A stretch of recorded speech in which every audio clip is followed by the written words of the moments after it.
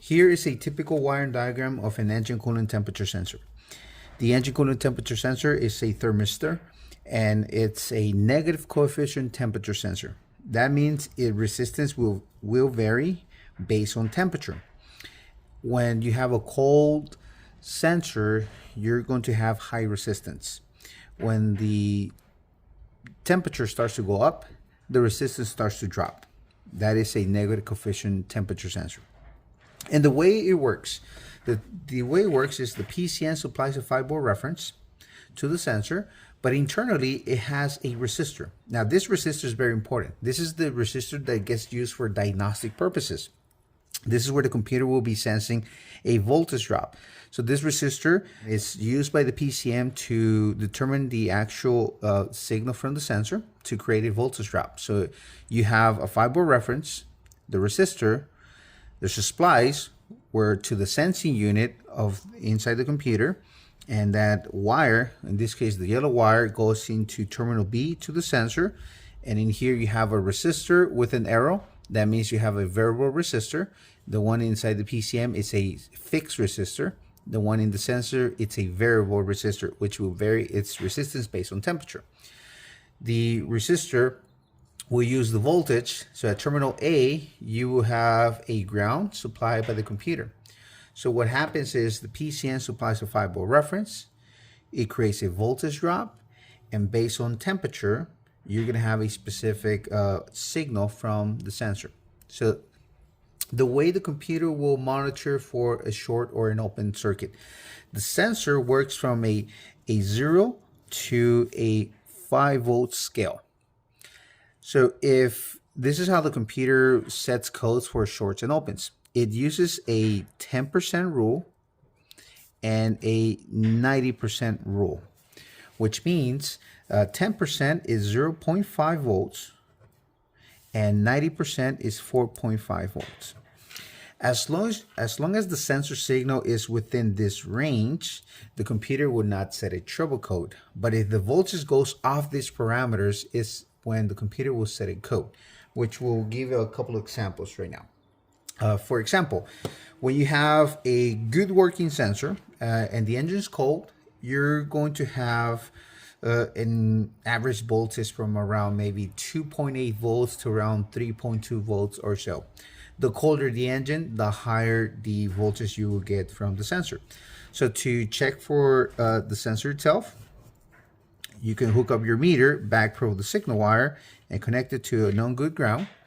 And if the sensor is cold, the computer supplies a 5-volt reference, creates a voltage drop, and you will read a voltage for around maybe 2.8 volts to around 3.2 volts. A cold engine. When you start a car, the temperature starts to go up, the voltage starts to drop. So when it reaches its operating temperature, on some vehicles, you might measure around 0.8 to around maybe 1.2 volts, averaging around 1 volt. That will indicate engine at operating temperature. Now, when you consider a cold engine versus already at operating temperature, which is considered to be already hot, the voltage drops, but it does not exceed that 0.5, so it will not set a trouble code. So what would happen if there is a problem? Let's say, for example, what would happen if you have a broken wire? Let's say if the wire breaks on the ground side. Let's say we create an open wire. This is an open wire. What's going to happen? What the computer would do, it's going to set a trouble code, but here's what's going to happen. The computer will supply a 5-volt reference. It goes through the resistor. It goes to the ECT sensor, terminal B. It goes across the resistor, but since you have an open circuit, voltage would not be used. So at the PCM, terminal C25, you're going to measure 5 volts. At terminal B, you're going to measure 5 volts. At terminal A, you're going to measure 5 volts.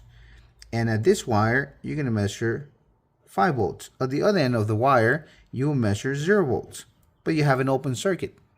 So since voltage is not being used, the computer will set a code of a trouble code that will state a high input signal. That means you have higher voltage than expected. In other words, you have an open circuit. That's what this means. Now the open circuit in this case, it's on the on the ground side. The computer will always be sensing 5 volts because voltage is not being used because you're not completing the circuit. That's how it sets this type of code. Now, if the problem is not within the ground side, what if the problem is on the signal side? What if we have an open wire on the signal side? What's going to happen? The computer will measure 5 volts at terminal C225. So this, in this case, is going to measure 5 volts at all times. The sensing unit. So the sensing unit, think about the sensing unit as a multimeter. The sensing unit, all it's doing, it's measuring voltage. So it's checking for a voltage drop. That's what's happening inside the ECM.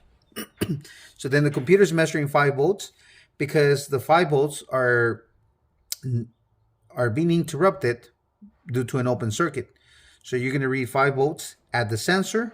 You're no longer going to read 5 volts. Now you're going to read 0 volts. At terminal A, you're going to measure 0 volts. So you're going to measure 0 volts all across. At terminal B6 at the computer, 0 volts. So you do have a ground, but you have an open circuit. The 5 volts only stop at this point because you have an open wire. So the computer is still sensing 5 volts and still giving you the same trouble code, a high input code. Now, what if it's not a wire issue? What if the wire is fine, but then we have a problem with the sensor? What if we have an open wire? Not an open wire, but an open circuit within the sensor that you can't complete the circuit. Computer will supply a 5 volt reference. At terminal B, you're going to measure 5 volts. At terminal A, you're going to measure 0 volts, and you have an open circuit within the sensor. So it's not a wiring issue, it's a sensor, and you're still measuring 5 volts, and the computer will still set the same trouble code, a high input code. That's how the computer will set a code for a high input. So just keep in mind the computer's job, when it monitors a circuit, it checks for shorts and opens. So this is how the computer will monitor for an open circuit. This will be a scenario. But what if the sensor is working properly? What if you don't have an open circuit? But what if you have the opposite code? Let's say, for example, the sensor itself internally, it gets shorted. It bypasses its internal resistance. Now, when it gets shorted, this is what's going to happen. Since the sensor it's now shorted, the computer, it's going to measure lower than 0.5. Why? Because this is what's going to happen. This ground path supplied by the PCM is going to go across the sensor. It bypasses its internal resistance. So now you're going to have 0 volts on both sides, terminal A and B. 0 volts to terminal C25 of the computer. So this is the sensing unit. This resistor becomes the load of the circuit. The 5 volts get supplied. The sensor will use all the voltage, and the computer now is going to measure 0 volts. Less voltage than expected. Then you're going to get a trouble code when it drops less than 0.5. The description will state ECT sensor, a low input signal. In other words, what this means, you have a short to ground. The signal has been shorted to ground. Less voltage than expected. So in this case, the sensor is the one that has created the short. But if it's not the sensor, what if the sensor, it's fine. Sensor is doing its job properly, but this wire, somehow it touches ground. it gets shorted through the chassis maybe, and now your path for current at the yellow wire, it's going to have a 0 volts directly to the ECM, 0 volts. The resistor becomes the load, and the computer will still measure 0 volts, and you get a low input signal trouble code. That means you have a short to ground. Now, the short to ground could be the signal wire shorted to ground, or the sensor itself shorting the signal to ground. That is how the computer will set a trouble code for an ECT sensor. If it's shorted to ground, you will read less than 10% the majority of the vehicles. If you have an open circuit, the computer will always measure close to the 5 volts, and you get a high input trouble code. In that case, it means you have an open circuit. That is the basics of onboard diagnostics.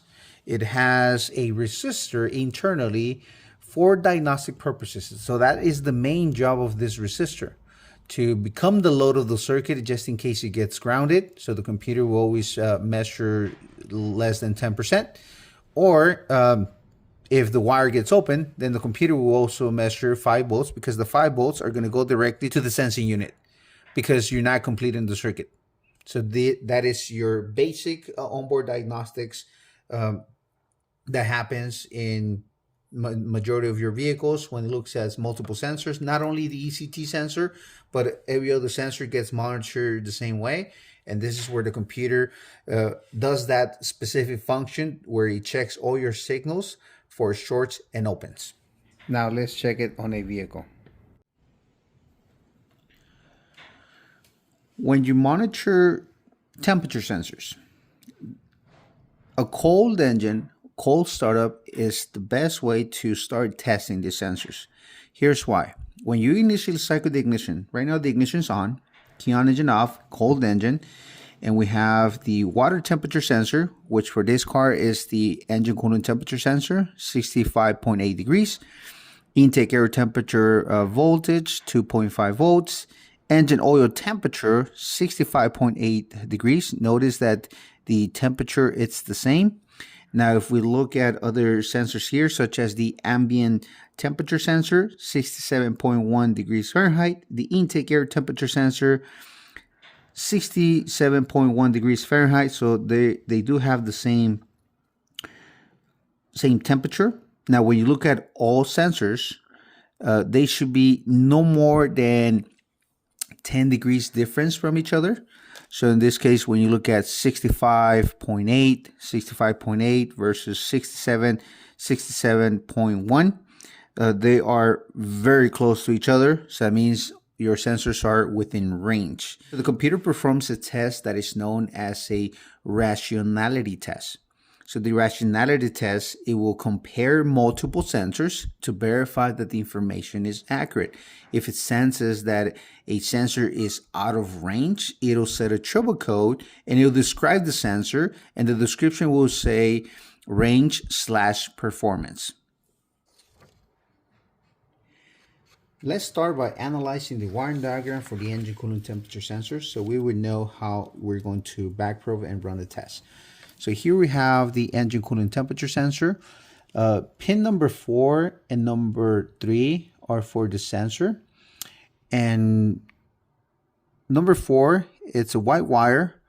Number 3, it's a blue wire with an orange stripe. And it goes to terminal 17, the signal wire. Terminal 37 is the ground wire. So that means that the computer supplies a ground to terminal 37, and it reaches terminal 3 at the ECT sensor. Terminal 17, the computer supplies the 5-volt reference to the sensor to terminal number 4, where it's going to create a voltage drop based on its internal resistance. So to run the test, we're going to backprobe the ECT sensor. So we need to refer to a connector view. So we could also use this particular wiring diagram here. This is the harness view. Terminals 1 and 2 are not being used. Terminals 3 and 4 are for the sensor signal and ground. And they go to the computer at terminal 37, which 37 is the ground, 17 is the signal according to this wiring diagram. 17 and 37, 17 signal, 37 is ground. So the way we're going to check for voltage reference, we're going to first unplug the sensor, and we're going to verify that we're getting the 5 volts. So on the way you're going to set your multimeter, we're going to grab our meter and we're going to connect to terminals number 3, and we're going to check to terminals number 4, each one of them to a known good ground. So if you look at terminal number 3, that should be a ground. That's the ground supplied by the PCM. So that means we're going to measure close as possible to 0.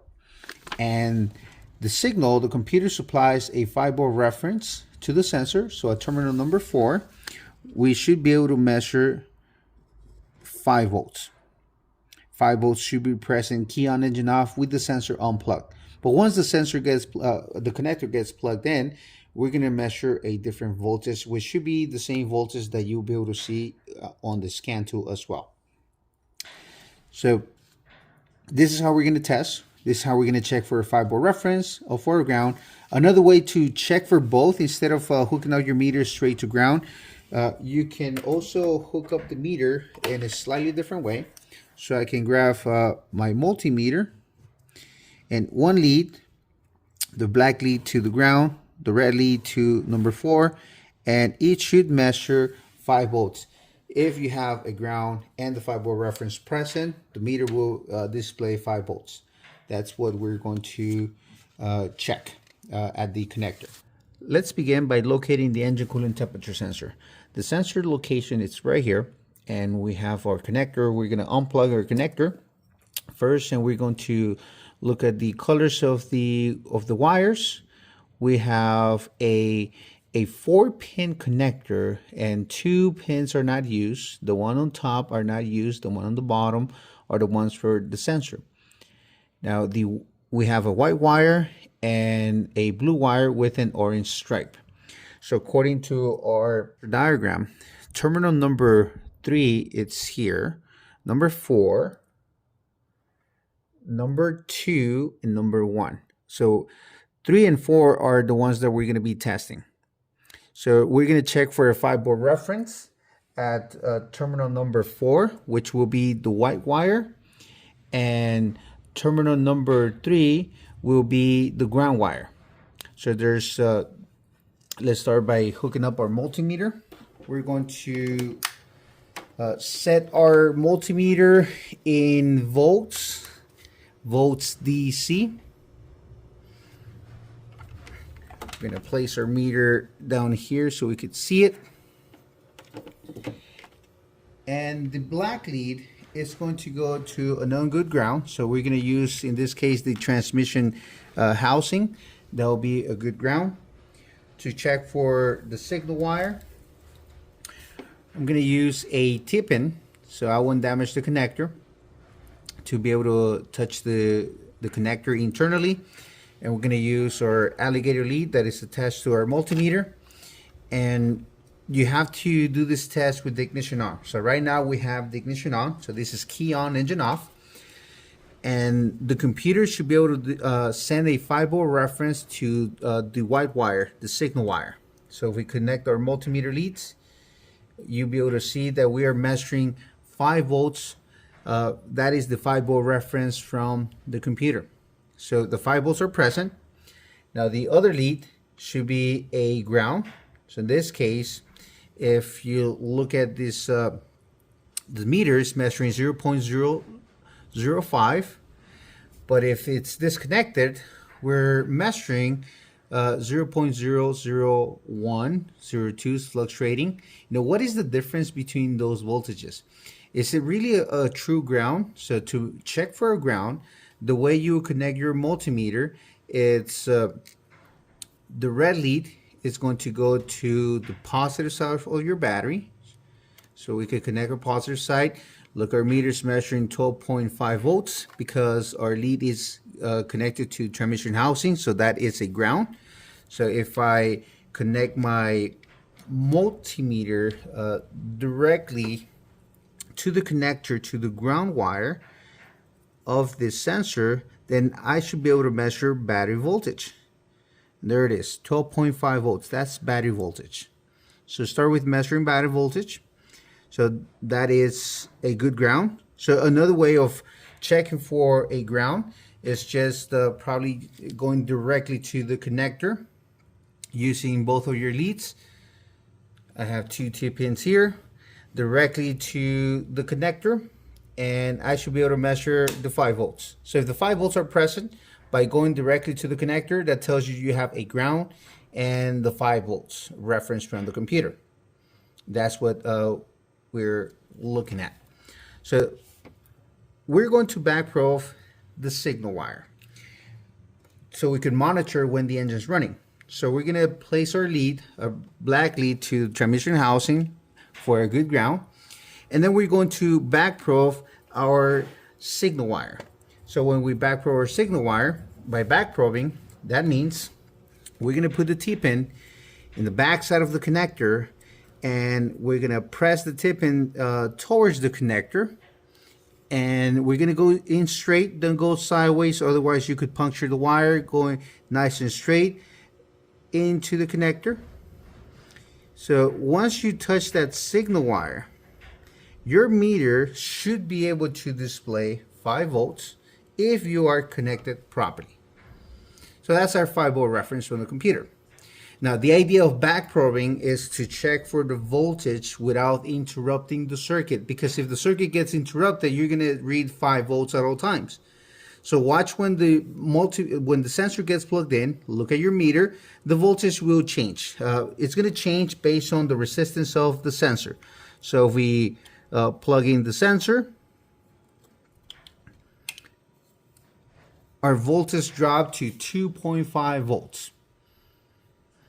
That's the voltage that the computer is sensing. So if you were to hook up a scantool and you look at ECT sensor, it should be able to display the same voltage. The voltage from the ECT sensor, in this case the 2.5 volts, should be present at the computer. So if we look at a scantool, we should be able to display the same voltage. So if you look at the water temperature voltage, that is 2.5 volts, and is the same 2.5 volts that are present on our multimeter. So that tells you the computer is processing the information correctly and displaying the right information in the scan tool. So you should always trust your meter when you do a measurement, and it should be the same voltage below the computer, as long as you don't have a wiring issue from the sensor to the computer.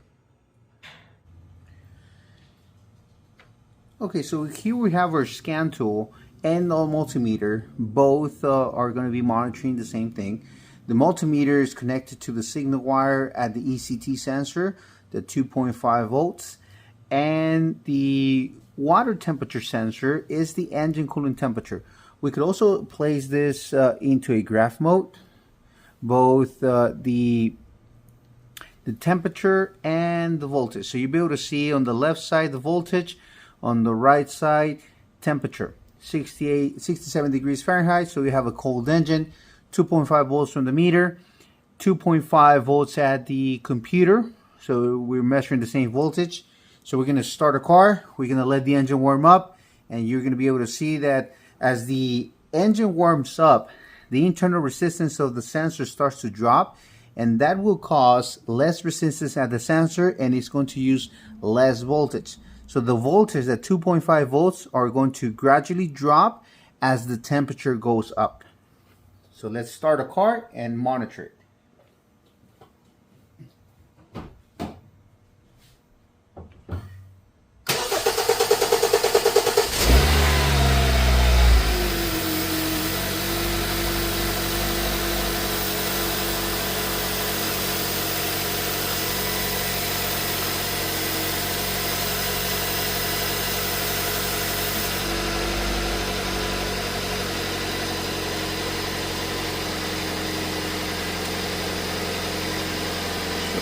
So you will be able to see that the voltage from the multimeter is dropping at the same rate as in your scan tool, and the temperature is increasing. As voltage is increasing, as temperature is increasing, voltage is dropping.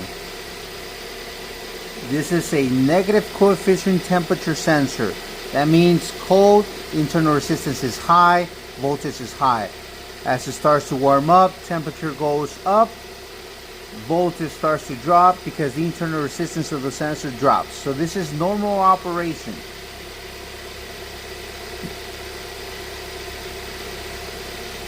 The majority of your vehicles at operating temperature, you're going to be reading anywhere from half a volt to 1 volt. But you always look at manufacturer specifications to see where your voltage is at. So in this case, the voltage is dropping as the engine is warming up. As long as the voltage does not exceed less than 0.5, it would not set a trouble code for a short to ground, or above 4.5 to set a trouble code for an open circuit.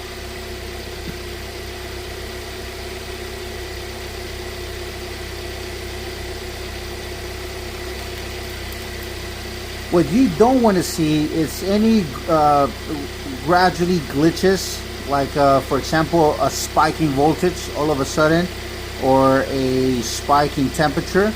If that will be the case, then you will have a problem with either with the sensor or wiring. So you want to see a stable, gradual voltage dropping and voltage stable as it reaches its operating temperature. The temperature will be gradually going up as well.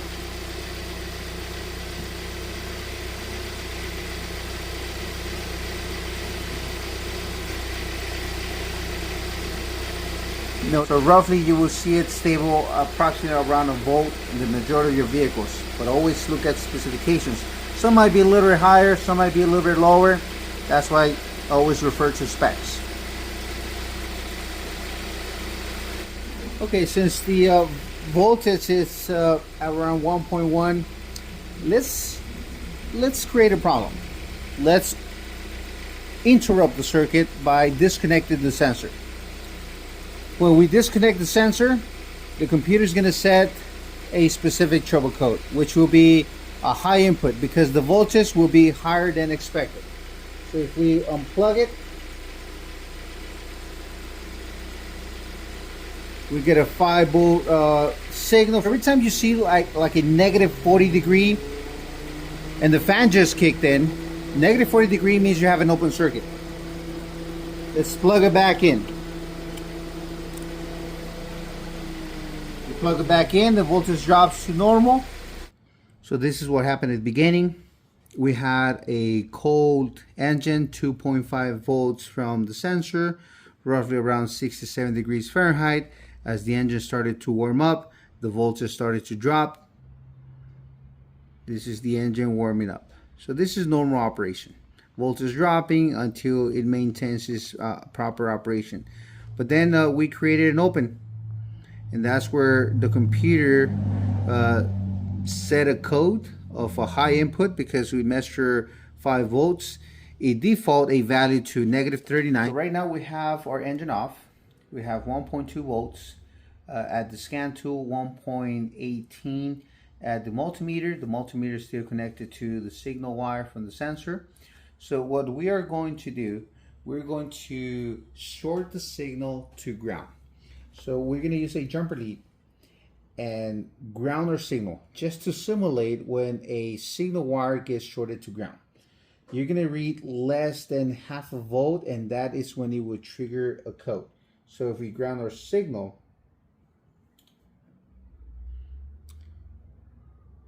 the voltage just dropped to 0 volts.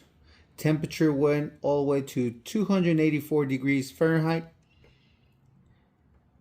And it will set a trouble code for a short to ground. The description of the code will be engine coolant temperature sensor circuit low input. meaning less voltage than expected. In other words, you have a signal shorted to ground.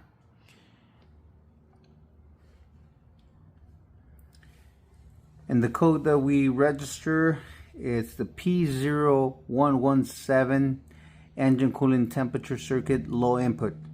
The low input code represents that you have a short to ground.